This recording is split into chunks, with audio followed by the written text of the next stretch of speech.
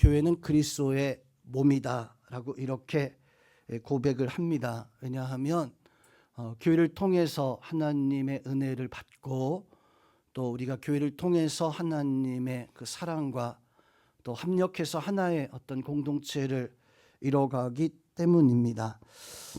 예배 끝나고 우리 찬양 부를 때 하늘의 문을 여소서 주님을 기다립니다 라는 찬양을 부르기도 할 텐데, 그 찬양에서 보면 그 가사 뒤에 후렴에 그런 내용이 있어요. 이곳에 오셔서 하나님 이곳에 앉으소서, 주의 이름이 여기에 이곳에 영원히 있습니다. 우리 교회 위에 하나님의 영광과 하나님의 그 은혜가 영원히 함께하는 그런 교회가 되어질 수 있기를 주님의 이름으로 축원드립니다. 오늘 말씀에서 보면 마르다 마리아의 가족이었었던 나사로가 다시 살아나는 사건에 대한 말씀 뒤에 있었던 일에 대해서 말씀을 해주고 있습니다. 이때는 유월절 절기였었어요. 많은 사람들이 유월절을 지키러 왔다가 나사로가 살아났다라고 하는 말을 듣게 되어집니다. 그런데 이 놀라운 소식에 감사하고 하나님 앞에 영광을 돌리는 것이 아니라 잔뜩 화가 나 있는 사람들이 있었어요. 10절 말씀에서 보니까 대제사장들이 나사로까지 죽이려고 모의했다. 나사로 죽여야 되겠다. 예수님이 다시 죽은 자를 살려냈다고 하는데 그냥 두면 큰일 나겠다 해서 제사장들이 흥분하고 성내면서 이제 나사로를 죽이려고 했었던 이유가 무엇일까? 어떤 이유였을까? 바로 그것은 제사장들의 이익에 관련되어진 일이었었어요.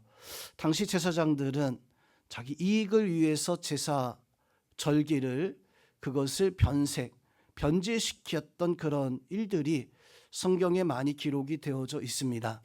요한복음 1장의 말씀에서 보면 성전 청결 사건이 기록이 되어져 있죠. 예수님께서 성전에 들어가셨을 때 성전에서 장사하는 사람들이 있었는데 소를 팔고 양을 팔고 돈을 바꿔주는 또 비둘기를 파는 그 사람들이 원래는 그 성전의 재물을 집에서 가져와야 됐었어요. 멀리서 집에서 지금도 우리가 서울이나 이런 곳으로 양이나 이런 것들을 가져가서 예물을 드린다라고 한다면 아마 복잡할 것 같아요.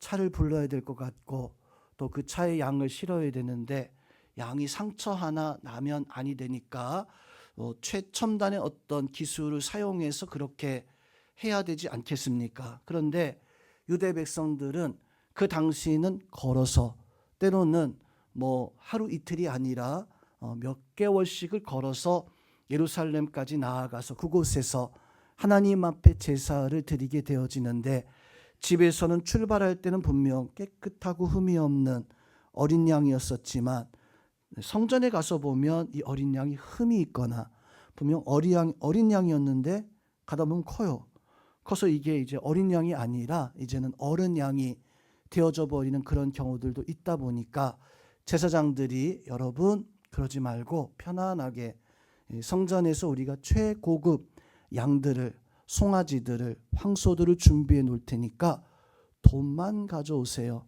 돈만 가져오면 이거를 사가지고 하나님 앞에 제사를 드릴 수 있습니다. 그렇게 성전에서 장사하는 이득을 취하는 그런 모습을 가지고 있었고, 또 한 가지 돈을 바꿔주는데 성전에서 세금을 내야 됐습니다.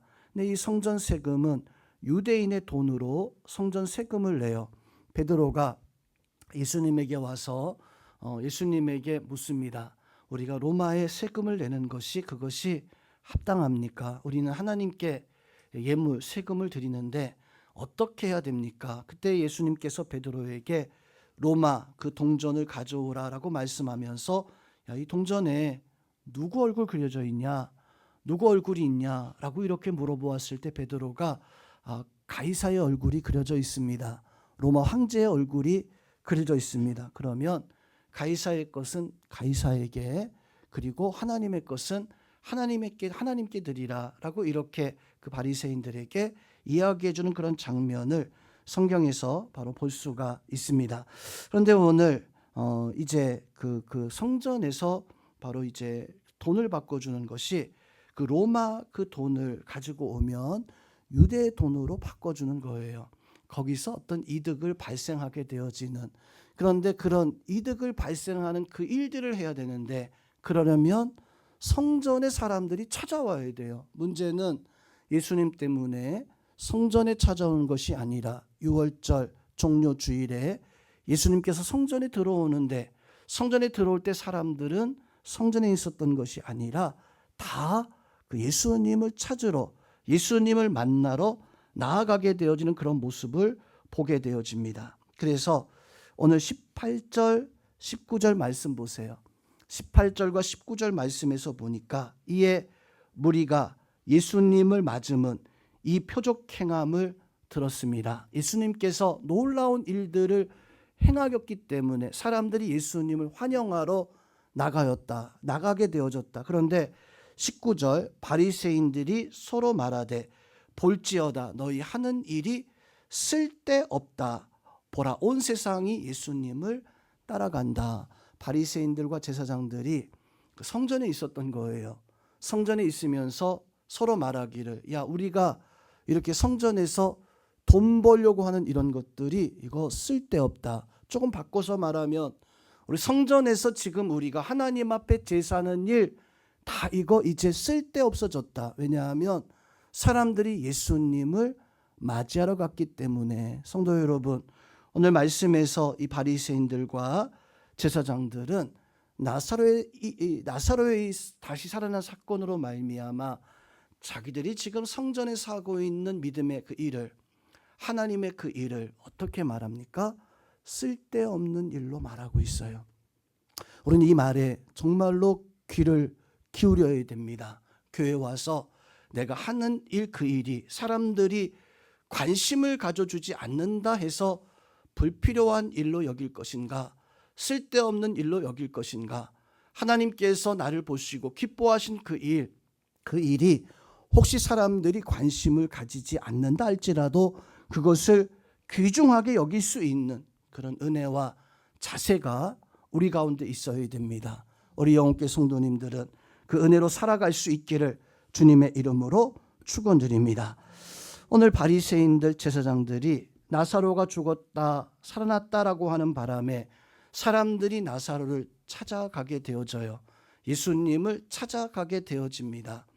그때 이 바리새인들과 제사장들은 나사로를 죽이려고 합니다. 과연 어떻게 되어졌을까요? 과연 어떤 일이 벌어지게 되어졌을까요? 다음 주에 계속됩니다. 오늘은 제가 소감문 너무 길게 했기 때문에 시간상 여기까지, 설교 준비 많이 했는데 너무 이거 시작하면 끝내야 될 것 같아서 다음 주에 이어서 계속 하도록 하겠습니다.